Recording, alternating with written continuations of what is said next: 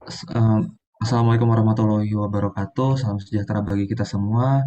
Kami dari kelompok 6 akan mempresentasikan analisis putusan Perikatan Pengadilan Negeri Kelas 1A Jayapura yang telah memeriksa dan memutus perkara perdata dalam putusan nomor 23 garis miring PDT titik G garis miring 2018 garis miring PN titik JAP. Sebelum itu kami akan memperkenalkan diri dengan saya sendiri, Sony Fatih Christian Gulo dengan NIM 01 2018.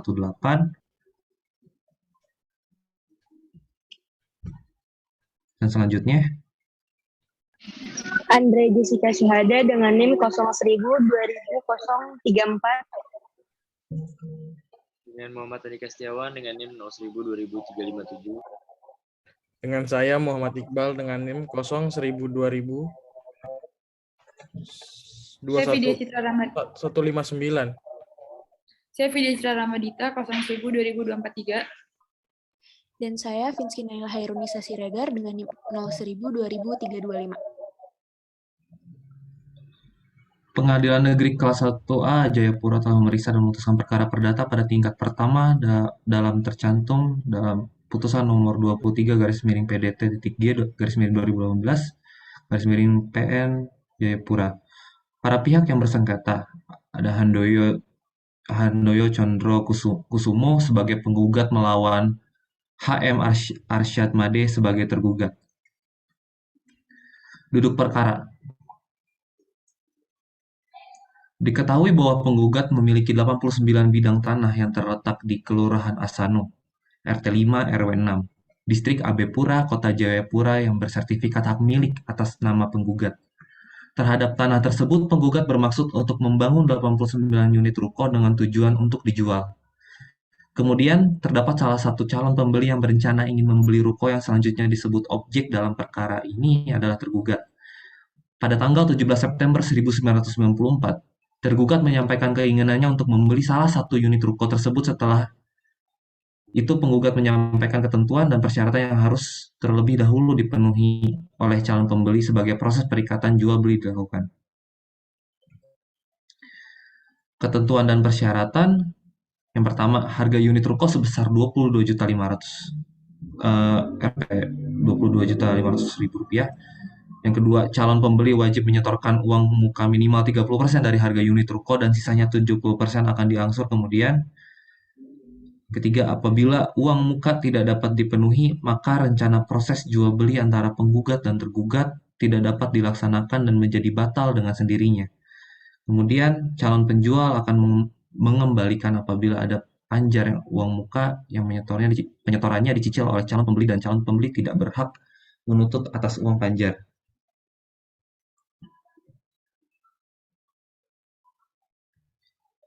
Tergugat telah menyetor uang muka kepada penggugat secara berangsur sebanyak 3 kali pada tahun 1994, 1995,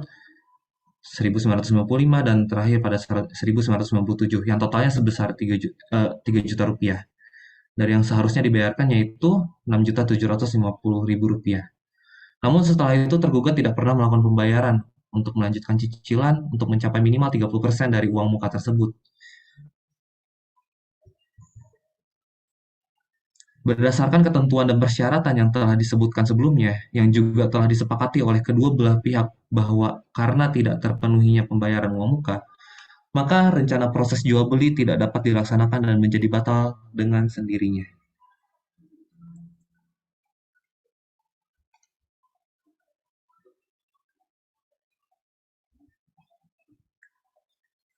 Upaya penggugat dalam menyelesaikan sengketa jual beli.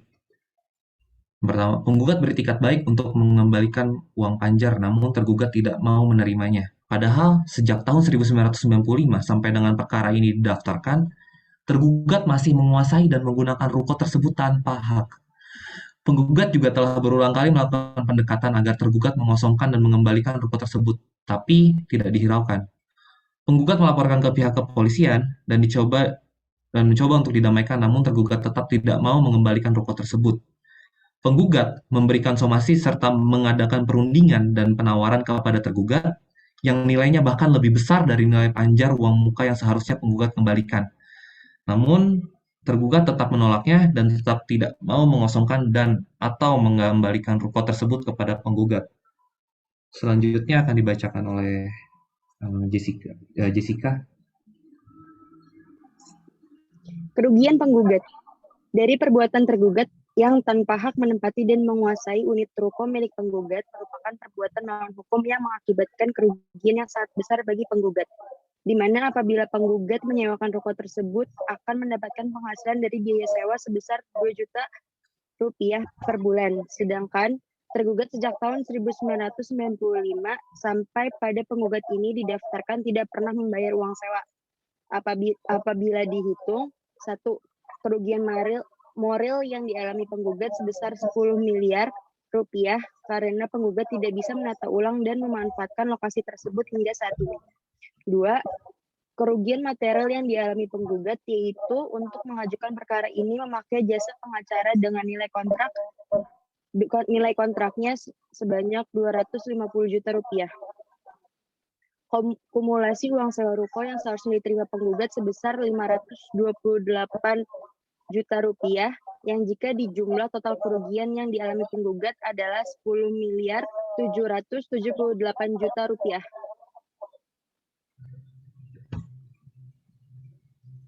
Dalam pemaparan duduk perkara tersebut dapat kita lihat bahwa perikatan dalam kasus ini termasuk jenis perikatan bersyarat yang diatur dalam pasal 1253 sampai 1267 KUH Perdata.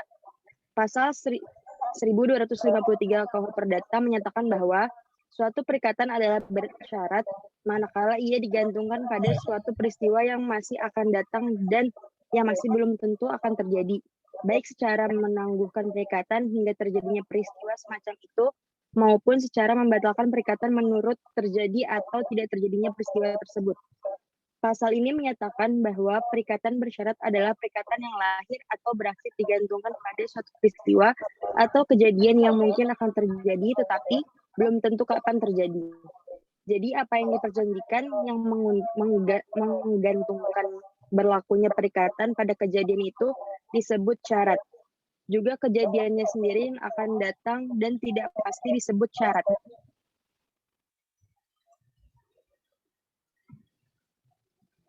Dalam putusan tersebut yang merupakan syarat terdapat pada ketentuan dan persyaratan di mana sebelum terjadinya perjanjian jual beli, calon pembeli membayar uang panjar sebesar 30%. Dalam ketentuannya juga telah dijelas dan telah sesuai sebagaimana yang dinyatakan dalam pasal 1257 KUH Perdata. Perikatan para pihak ini jika dilihat dari jenis perikatan merupakan jenis perikatan dengan syarat tangguh-tangguh yang diatur dalam pasal 1263 KUH Perdata yang menyatakan 1. Suatu perikatan dengan suatu syarat tangguh adalah suatu perikatan yang bergantung pada suatu peristiwa yang masih akan datang dan yang masih belum akan terjadi, atau yang bergantung pada suatu hal yang sudah terjadi tetapi tidak diketahui oleh kedua belah pihak. Dalam hal yang pertama, perikatan tidak dapat dilaksanakan belum peristiwa itu terjadi. Dalam kedua, perikatan mulai berlaku jika ia dilahirkan. Artinya, berdasarkan isi gugatan tersebut, dapat diketahui bahwa dasar gugatan ini merupakan perbuatan melawan hukum yang lebih tepatnya melanggar hak subjektif orang lain. Perbuatan melanggar hukum diatur dalam pasal 1365 KUH Perdata yang unsurnya sebagai berikut. Adanya perbuatan tersebut melanggar hukum, adanya kesalahan dari pelaku, adanya kerugian bagi korban, adanya hubungan kausal antara perbuatan dengan kerugian, di mana apabila dilihat dari tindakan tergugat telah memenuhi unsur-unsur perbuatan melawan hukum.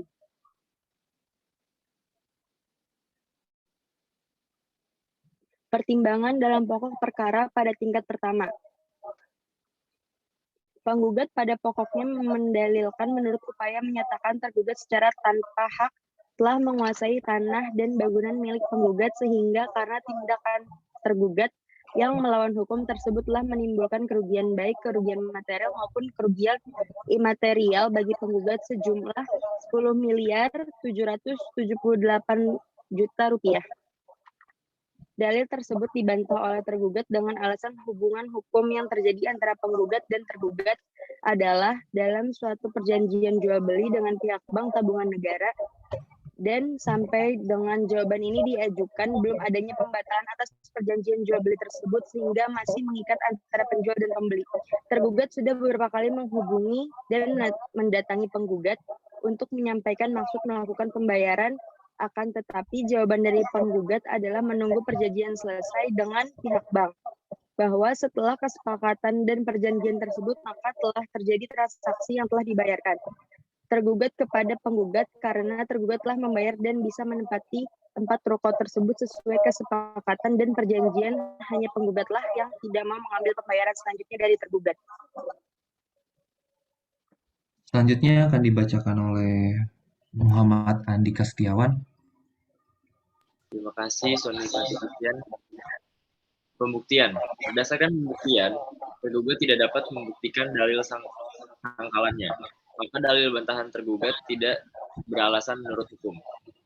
Kemudian dari sisi penggugat, oleh karena terhadap pembayaran panjar ruko yang baru dibayar sejumlah 3 juta rupiah oleh tergugat dan belum mencapai 30% dari harga unit ruko yang akan dijual, yakni sebesar 22.500 dikali 30% sama dengan 6.750.000 rupiah. Kepada penggugat, maka proses jual beli antara penggugat dan tergugat tidak sempurna. Kemudian penggugat adalah pemilik yang sah atas tanah objek sengketa, maka tindakan tergugat yang baru membayar panjar 3 juta rupiah dan menguasai ruko tersebut sejak tahun 1995 adalah perbuatan yang melanggar hak subjektif orang lain atau penggugat dan dikualifisir sebagai perbuatan melawan hukum. Pertimbangan hakim. Tergugat harus dihukum untuk mengganti kerugian material yang dialami oleh penggugat, oleh karena penggugat tidak dapat menguasai ruko tersebut, dan apabila disewakan yakni 2 juta rupiah per bulan dikali 264 bulan. Maka total pendapatan dari sewa ruko yang seharusnya diterima penggugat adalah 528 juta rupiah. Sedangkan terhadap kerugian material mengenai uang jasanya sebagai pengacara dan konsultan hukum dan kerugian imaterial mengenai beban pikiran bagi penggugat karena tidak bisa memanfaatkan lokasi tersebut adalah tidak beralasan hukum, dan oleh karena itu gugatan penggugat mengenai kerugian material berupa biaya akibat penggugat tidak dapat menguasai tanah dan ruko tersebut sejak tahun 1995 sampai sekarang beralasan hukum. Menurut hukum, pada penggugat diperintahkan untuk mengembalikan panjar uang muka sejumlah 3 juta rupiah kepada tergugat. Kemudian karena penggugat telah dinyatakan sebagai pemilik yang sah dan berhak untuk menguasai tanahnya, di mana penggugat belum dapat menguasainya, maka tergugat harus menyerahkannya.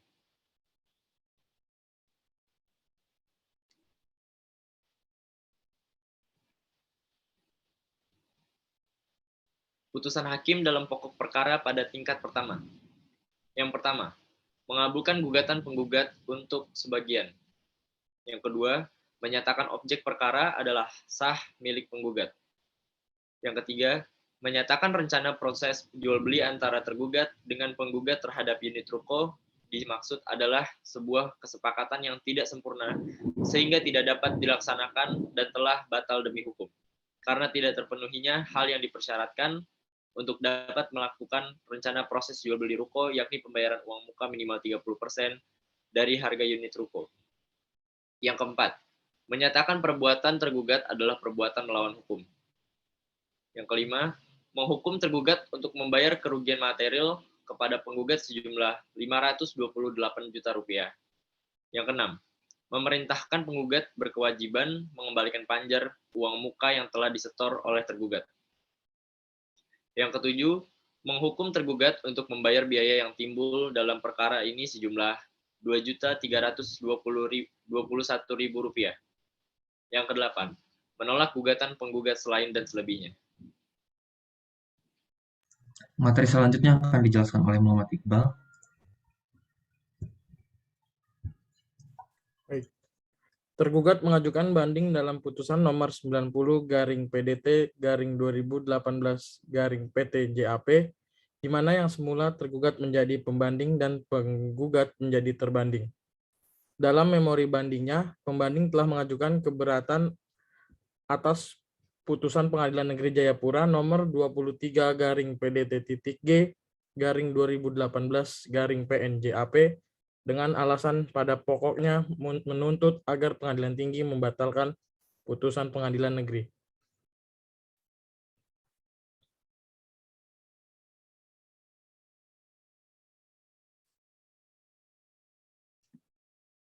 Dalam pertimbangan majelis hakim berpendapat bahwa oleh karena pembanding menguasai objek sengketa setelah diberikan kunci objek sengketa kepadanya oleh pihak terbanding sebagai akibat dari dibayarkannya sejumlah uang sebagai uang muka pembelian objek sengketa, maka penguasaan objek sengketa tersebut oleh pembanding atas seizin terbanding, sehingga tidak dapat dikategorikan sebagai perbuatan melawan hukum.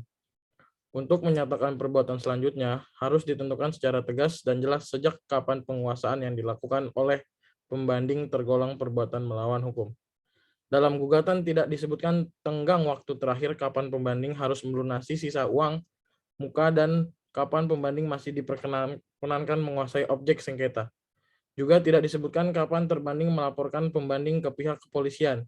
Namun dalam posita gugatan disebutkan terbanding telah melakukan somasi pada tanggal 2 Mei 2017.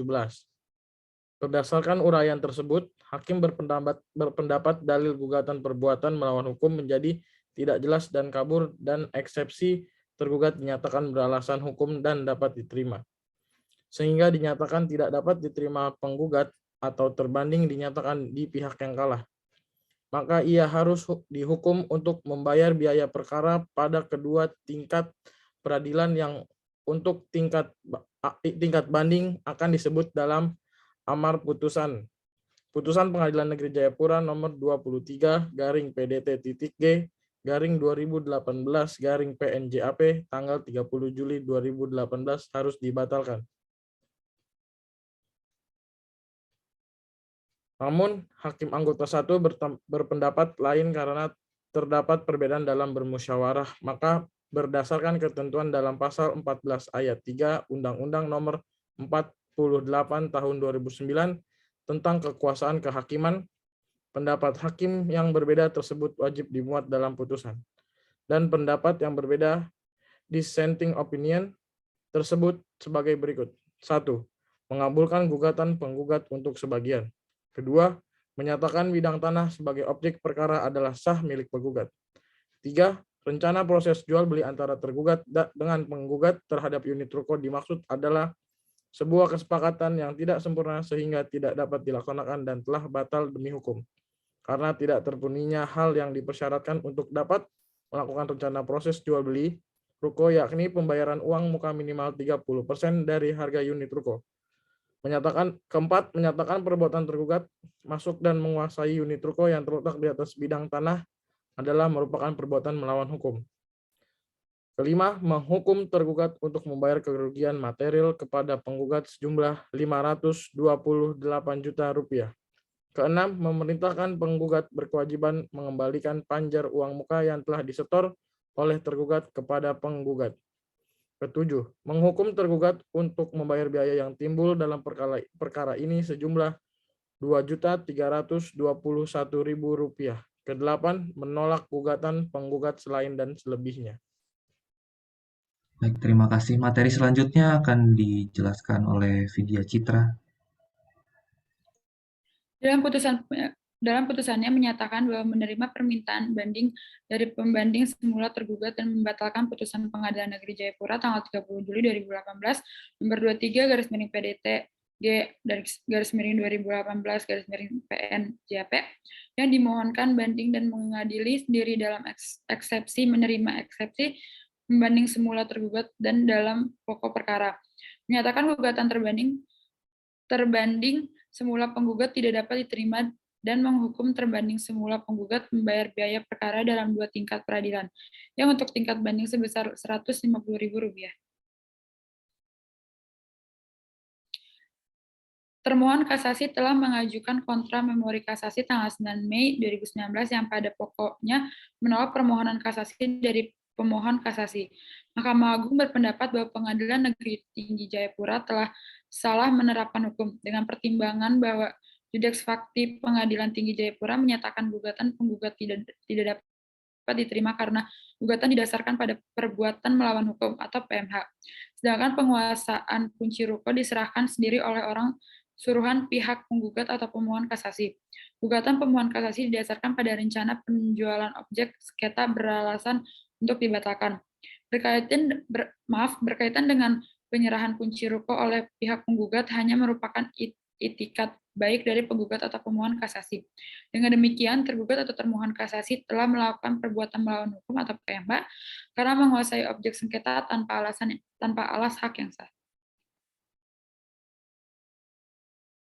Dalam putusannya, Mahkamah Agung mengabulkan permohonan kasasi dari pemohonan kasasi dan membatalkan putusan Pengadilan Tinggi Jayapura nomor 90/PDT/2018/PT tanggal 18 Maret 2019 yang membatalkan putusan Pengadilan Negeri Jayapura nomor 23/PDT/G/2018/PN JAP tanggal 30 Juli 2018. Kemudian dalam amar putusannya disebutkan sebagai berikut. 1. Mengabulkan gugatan penggugat untuk sebagian. 2. Menyatakan bidang tanah sertifikat hak milik adalah milik menggugat. 3. Menyatakan rencana proses jual beli antar tergugat dengan penggugat terhadap unit ruko dimaksud adalah sebuah kesepakatan yang tidak sempurna sehingga tidak dapat dilaksanakan dan telah batal demi hukum karena tidak terpenuhinya hal yang dipersyaratkan untuk dapat melakukan rencana proses jual beli ruko yakni pembayaran uang muka minimal 30% dari harga unit ruko. 4. Menyatakan perbuatan tergugat masuk dan menguasai unit ruko yang terletak di atas bidang tanah adalah merupakan perbuatan melawan hukum. 5. Menghukum tergugat untuk membayar kerugian material karena penggugat sejumlah Rp528 juta. 6.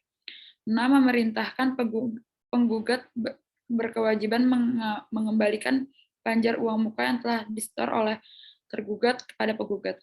7. Menolak gugatan penggugat selain dan selebihnya. 8.